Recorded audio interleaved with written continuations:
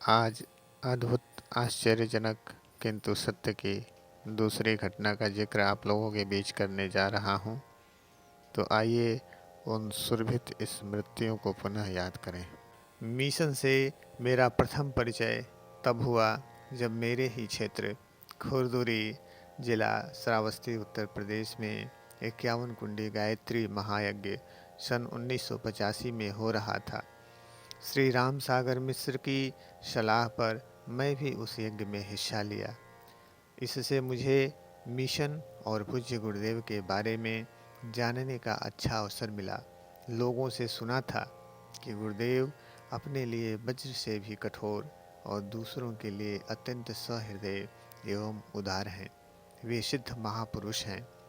उनकी जिह्वा में सरस्वती विराजती हैं। जो वे कहते हैं वह घटित हो जाता है। इन सब बातों को सुनकर मुझ में भी उनके दर्शनों की तीव्र अभिलाषा जागृत हुई। मैं उन दिनों अखंड ज्योति भी पढ़ा करता था। वह भी मुझे बार बार प्रेरित करती थी कि इस प्रकार की मर्मस्पर्शी और उच्च कोटि की आध्यात्मिक बातें लिखने वाला महापुरुष आखिर है कौन। तनिक मैं भी उनके दर्शन करूं। अपनी इस इच्छा को मैं अधिक समय तक दबा कर नहीं रख सका और अगले ही वर्ष अर्थात जुलाई 1986 में शांति कुंज के लिए निकल पड़ा। 16 जुलाई 1986 को गुरु पूर्णिमा थी। गुरुदेव प्रवचन के लिए मंच पर पधारे। वह कह रहे थे, भाइयों, यह समय बड़ा ही असाधारण है। ऐसा समय करोड़ों वर्षों बाद यदा कदा ही आता है। इसे भागवत मुहूर्त कहते हैं। इस बेला में भगवान की शक्ति बड़ी द्रुतगति से ही कार्य करती है। इसमें थोड़ी सी शक्ति और साधन से भी बहुत कुछ पाया जा सकता है। अतएव आप लोग भी भगवान की इस खेती में बीज बोएं। मैं गारंटी के साथ कहता हूँ कि यह बीज निरर्थक नहीं जाएगा। वह 100 गुना 100 गुना होकर वापस लौटेगा। साधारण कृषि में तो कई बार मौसम की प्रतिकूलता से फसल चौपट हो जाती है, किंतु यहाँ ऐसी बात नहीं है। भगवान के खेत में बोया गया बीज यदि निम्न कोटि का भी है तो भी लहलहाती फसल देने में सफल होता है। नुकसान का तो कोई प्रश्न ही पैदा नहीं होता है। उनका यह उद्बोधन सुनकर मैं भी निश्चय कर लिया कि अब गायत्री परिवार का हिस्सा मैं भी बनूंगा और भगवान के खेत में फसल उगाऊंगा। जाने का समय आया तो गुरुदेव से मिला और अपना मंतव्य बतलाया कि मैं जा रहा हूँ। उन्होंने कहा, ठीक है बेटा, जा। तेरा सामान की रक्षा, तेरे स्वास्थ्य की रक्षा, तेरे गृहस्थी की रक्षा और देखभाल मैं करूँगा। तू तो बस मेरा काम कर। मैंने कहा, जी गुरुदेव, और माथा चरणों में लगाया एवं उनके कक्ष से नीचे उतर आया। मैं घर जाने के लिए स्टेशन पहुंचा। मेरी ट्रेन रात में थी। ट्रेन समय पर आ गई। मैं दूसरे दिन प्रातः लखनऊ 4 बाग स्टेशन पहुंचा, उतरा और रिक्शे से घर चल पड़ा। तभी मुझे होश आया कि सामान तो स्टेशन पर ही छूट गया है। मैं उस रिक्शे को वापस स्टेशन चलने को कहा। वहां आकर सामान को बहुत ढूंढा, कहीं नहीं मिला। तो उद्घोषणा करवाई, लेकिन फिर भी सामान का कोई सुराग नहीं मिला। स्टेशन से बाहर आया। मेरी परेशानी देख एक व्यक्ति पास आया और पूछा, क्या बात है।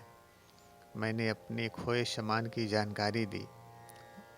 उसने पास में रखे सामान की ओर संकेत कर पूछा, यह सामान कहीं आपका ही तो नहीं है। मैंने चहक कर कहा, हाँ, मेरा ही तो है। मैं सामान उठाने लगा और जब तक पलटा कि उसे धन्यवाद दे दूं, वह व्यक्ति जा चुका था। बहुत खोजा, नहीं मिला। तब गुरुदेव का वह आश्वासन याद आया जो उन्होंने आते समय मुझे दिया था। तेरे सामान की, तेरे स्वास्थ्य की, तेरे गृहस्थी की देखभाल मैं करूँगा। तू तो बस मेरा काम कर। यह स्मरण कर आंखों में आंसू आ गए। गुरुदेव को इस तुच्छ कार्य के लिए भी यहाँ आना पड़ा और सामान की देख रेख करनी पड़ी। इस तरह पग पग पर उनका संरक्षण मिलता रहा।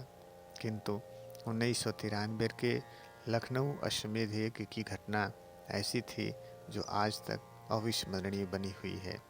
यज्ञ से कुछ दिन पूर्व की घटना है। मेरी पत्नी को टीबी हो गया था। करीब 1.5 माह तक उपचार चला।